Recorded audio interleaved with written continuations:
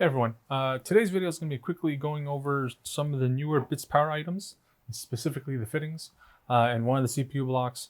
I did not see many people use these fittings yet. This is the Artemis line. I have it in black and gold. This is a 45 degree, this is a 90, and here is the fitting.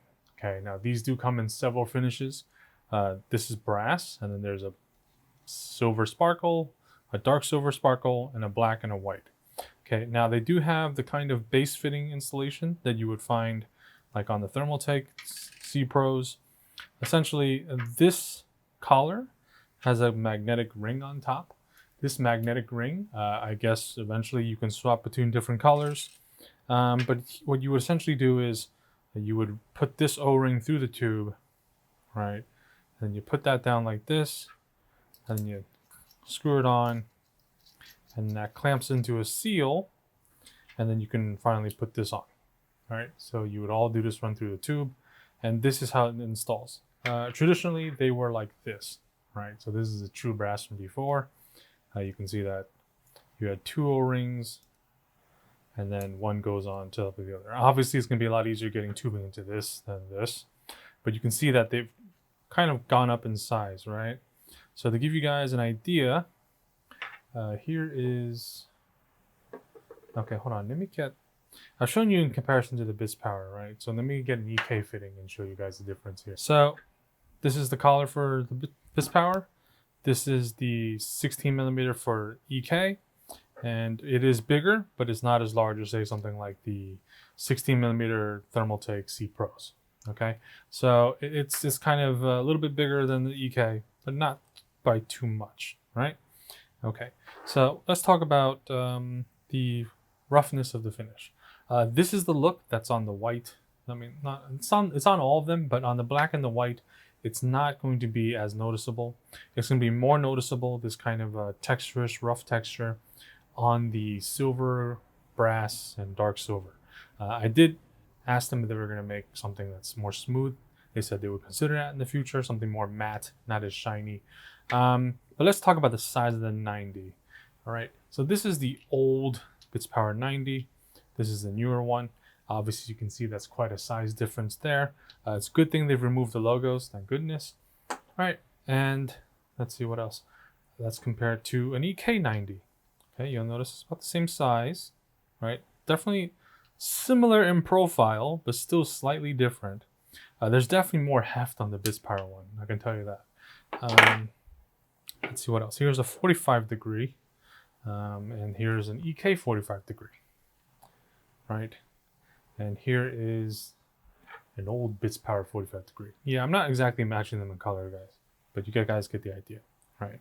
So the sizing is, now this actually looks very similar to the EK one, minus the top chamfer here, right? So it's still similar. I mean, hopefully EK will be around, but you know, in case you need options. But here, combine some fittings that guys can get a look here.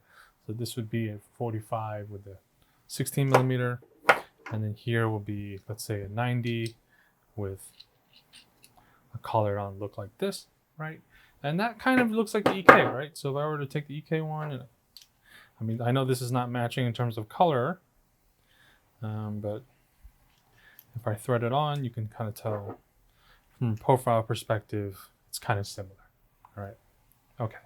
So moving on from the fittings aside, I want to show you guys one of the newer blocks. I haven't seen anybody use this yet. I've seen it some in some of the builds in Asia, because Bitspower's in Asia, obviously. So this is one of the new, I believe this is the ES block for Intel. They come separate for Intel or AMD. Let me see. Is it? Yeah, it's a Summit ES. So this is a new Summit. It comes with two different covers. One is black, one is stainless. Not stainless. One is kind of that silver aluminum cover, and this is anodized. Obviously, it's magnetic. It comes off, and this is the actual plexi part. But you'll notice that the ports themselves are actually brass, right? So that means you can't crack your plexi anymore, right? So no matter how hard you screw it down, you're not gonna crack the plexi, and that's a pretty smart move, you know. And of course, it has RGB, which I guess is going to be through the sides, right? I mean, where else? But yeah, so that's a nice, pretty cool move they've done there.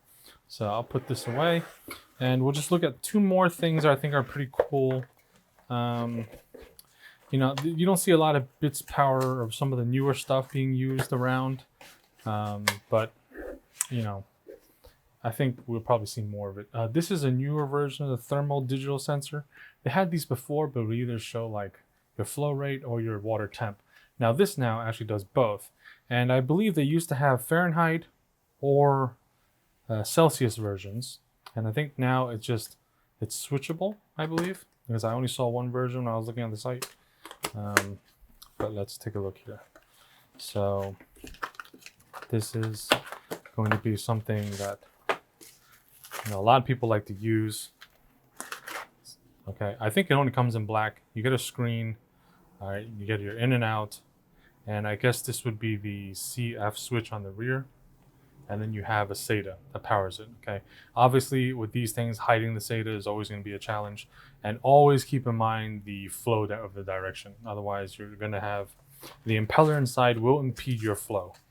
Okay, so keep that in mind. Essentially, there's an impeller in there, and as it rotates the impeller, it's kind of calculating your flow rate. That's kind of the way it works. All right, so we'll move this aside. And I'll just show you guys one more thing. This is kind of like the, for those of you not into the Bitspower brand, this is kind of like the FLT series. Okay, it comes in 120, 240, 360, and the larger ones have more functions where you can add like kind of mini runways on top of the distro, adding kind of your flexibility. They also have make an 80 millimeter of this, which is super small, obviously 80 millimeters, and it doesn't come in stock all that often. So if you want something for SFX builds or SFF builds, definitely get the 81 when you see it. It's actually very handy in small cases.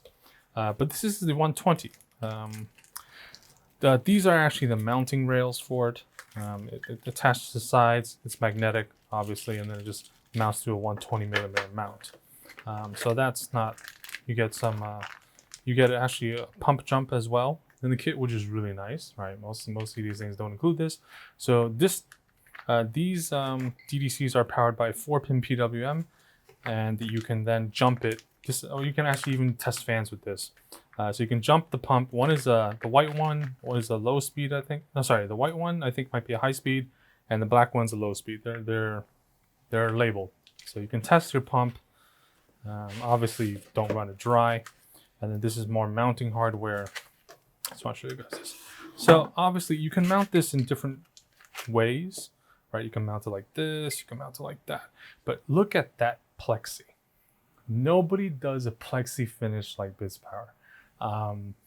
There's 0 machine marks. From my understanding, it's flame polished. They have a special process, but there's literally 0 machine marks. I think Alpha Cool may have this as well at this point. But you see, you have so many, unlike the standard FLT for EK where you had 3, and I think the newer ones had 2. Okay, just let me quickly get into the EK subject. If you're going to buy anything from EK, do not buy it off the EK website. Buy it from a reseller. Obviously, as you probably know, there's struggles going on there. Everybody that I know at EK has left EK, minus Eddie, right?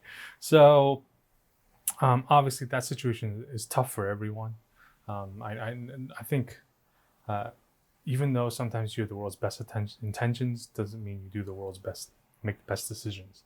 And I think that's kind of what happened there. But aside from all that, you get a lot of, in and out choices, right? You even get this rotating, this logo rotates. You can peel it off, you can kind of rotate it so make sure you can always align it in the right direction.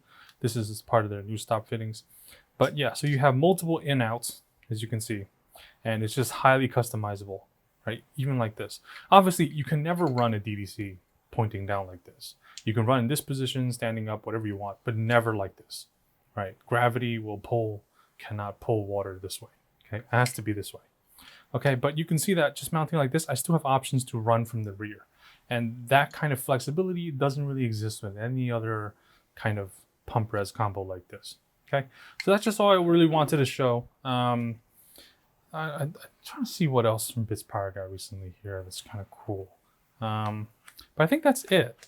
I like these. I always like to have a 120 around. I mean, granted, I can make a lot of my own. Like, for example, I'll show you guys. It's not the world's best condition, but I yanked this out. This is actually coming from a build. This was from my Tower 300 that I used at Computex. It's a little gross and dirty now because I need to flush it out. But you can see that, you know, I've made my own reservoir area, pump, etc. But, you know, even though I can make my own, it's always nice to have these available for easy use. If you seriously, the 80mm one is so nice. I would love to show you guys, but I have it in 2 builds. I don't have it in a spare. But if you guys ever see one, you're into making small builds, definitely pick it up. So with that said, thanks for watching. Stay safe. Take care.